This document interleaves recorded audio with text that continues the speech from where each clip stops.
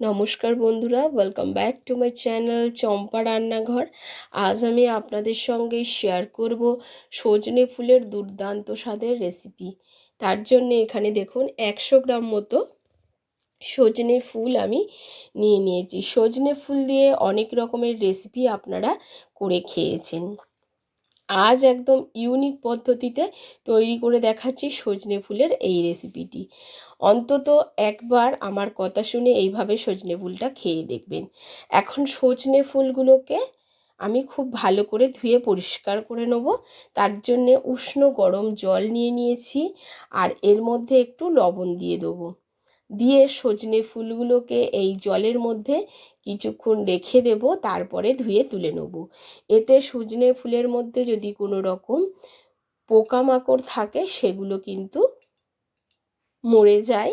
আর বন্ধুরা, অবশ্যই এইভাবে সজনে ফুলটাকে ধুয়ে নেবেন, না হলে কিন্তু এর মধ্যে অনেক পোকামাকড় থাকে যেগুলো পেটে গেলে অনেক রকম ডিজিজ হতে পারে।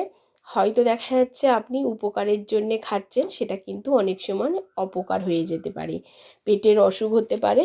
তার জন্য অবশ্যই করে এইভাবে একটু জলে 2 থেকে 3 মিনিট গরম জলে রেখে দেবেন, তারপরে এটাকে ধুয়ে নেবেন। আমি রেখে দিয়েছি। এখন দেখুন, একটা বাটিতে আগে থেকে আমি মুসুর ডাল ভিজিয়ে রেখেছিলাম, ডালটা ভিজে গেছে। এখন ডালটাকে আমি বেটে নেব। বাটাটা আর আমি আপনাদের সঙ্গে শেয়ার করছি না, অল্প জল দিয়ে একটু শক্ত করে বাটতে হবে, মানে একদম যেন ডালটা পাতলা বাটা না হয়, এই জন্য আমি শিলে বেটেছি, সেটা আর আমি দেখাইনি। এখন কিছুক্ষণ পর আবার ঘুরে এসেছি। এখন সজনে ফুলগুলোকে খুব ভালো করে জল চেপে আমি একটা প্লেটের মধ্যে তুলে নেব, যাতে যেন ফুলের মধ্যে কোনো রকম জল যাতে না থাকে, এই রকমভাবে ফুলগুলোকে জল ঝরাতে হবে। আর দেখুন, খুব ভালো করে ফুল থেকে জল ঝরিয়ে নিয়ে আমি একটা প্লেটের মধ্যে রেখে দিচ্ছি। প্লিজ বন্ধুরা, আমার এই ছোট্ট চ্যানেলে আপনাদের সাপোর্ট আর সাহায্যের খুবই প্রয়োজন। প্লিজ পাশে থাকবেন আর সাপোর্ট করবেন, প্রথম থেকে শেষ পর্যন্ত ভিডিওটি দেখবেন।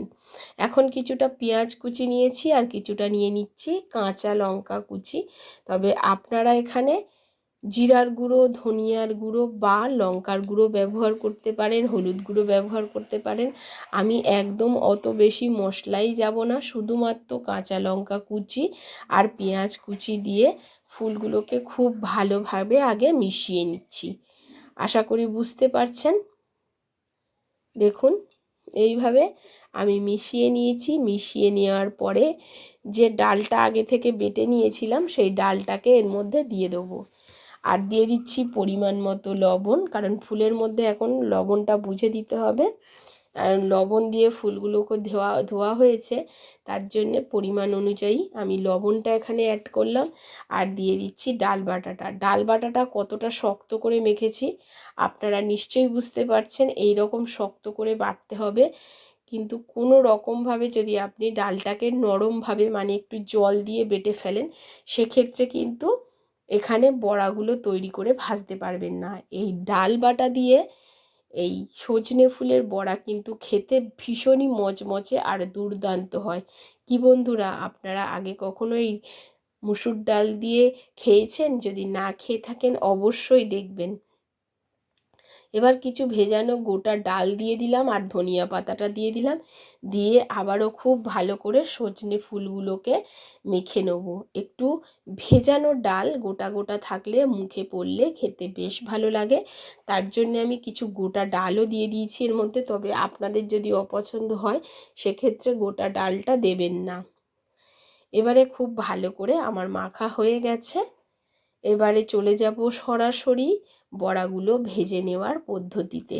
এখানে না লাগবে কোনো রকম বেসন, আর না লাগবে কোনো রকম ময়দা, সুজি বা চালের গুঁড়ো, শুধুমাত্র ডাল দিয়েই কিন্তু বড়াগুলো মচমচে হবে।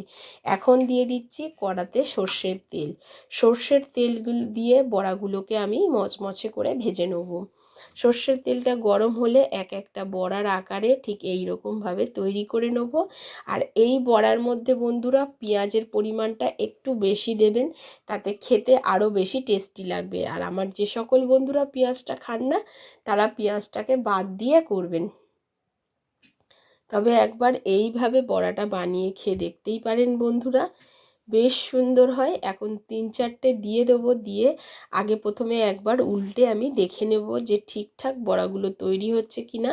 তারপরে বেশ কিছু আমি বড়া আকারে তৈরি করে দিয়ে দেবো কড়ার মধ্যে। এখন দেখুন বন্ধুরা, আমি বড়াগুলো তৈরি করে তেলের মধ্যে দিয়ে দিচ্ছি। ঠিক এইভাবে একটু ছোট ছোট করে বড়াগুলো তৈরি করবেন, আর লো টু মিডিয়াম ফ্লেমে বড়াগুলোকে ভাজবেন। এতে কি হবে, ভেতর থেকে প্রপার ফুলগুলো সিদ্ধ হবে আর ভাজাটাও দারুণ হবে। তার জন্য আমি লো টু মিডিয়াম ফ্লেমে ভাজছি, কোনো রকম হাই ফ্লেমে কিন্তু আমি এখানে ভাজছি না। দেখুন, প্রথমে এই 4টে বড়াকে আমি উল্টে পাল্টে একটু ভেজে নিচ্ছি। আপনারা ফুল দিয়ে চচ্চড়ি খেয়েছেন, ফুল দিয়ে ফুলের ভর্তা খেয়েছেন, আর ফুলের বড়াও অনেকে অনেক রকমভাবে তৈরি করেছেন। তবে আমি যেভাবে বাড়িতে এই ফুলটা দিয়ে বড়াটা তৈরি করে থাকি, সেইভাবেই আমি আজ আপনাদের সঙ্গে শেয়ার করছি। আপনারা এইভাবে একবার এই সজনে ফুলের বড়াটা করে খেয়ে দেখবেন বন্ধুরা, খেয়ে আমাকে কমেন্ট করে জানাবেন যে কেমন ছিল। এখন দেখুন, বেশ কিছু কিন্তু বড়া আমার প্রায় ভাজা রেডি হয়ে গেছে, তুলে নিচ্ছি। এবারে সব কটা বড়াকে ভেজে তুলে নিয়েছি, আর দেখুন কত সুন্দর কালার এসছে আর কত সুন্দর ভাজা হয়েছে। একটা ভেঙে আমি আপনাদেরকে দেখাই। খেতে কিন্তু বন্ধুরা বেশ মচমচে ছিল। আশা করছি আমার আজকের এই সজনে ফুলের রেসিপি আপনাদের ভালো লেগেছে। যদি ভালো লাগে অবশ্যই একটা লাইক করবেন, শেয়ার করবেন, আর কমেন্ট করে জানাতে ভুলবেন না আপনারা কোথা থেকে আমার ভিডিওটি দেখছেন। নমস্কার বন্ধুরা, সুস্থ থাকবেন আর ভালো থাকবেন।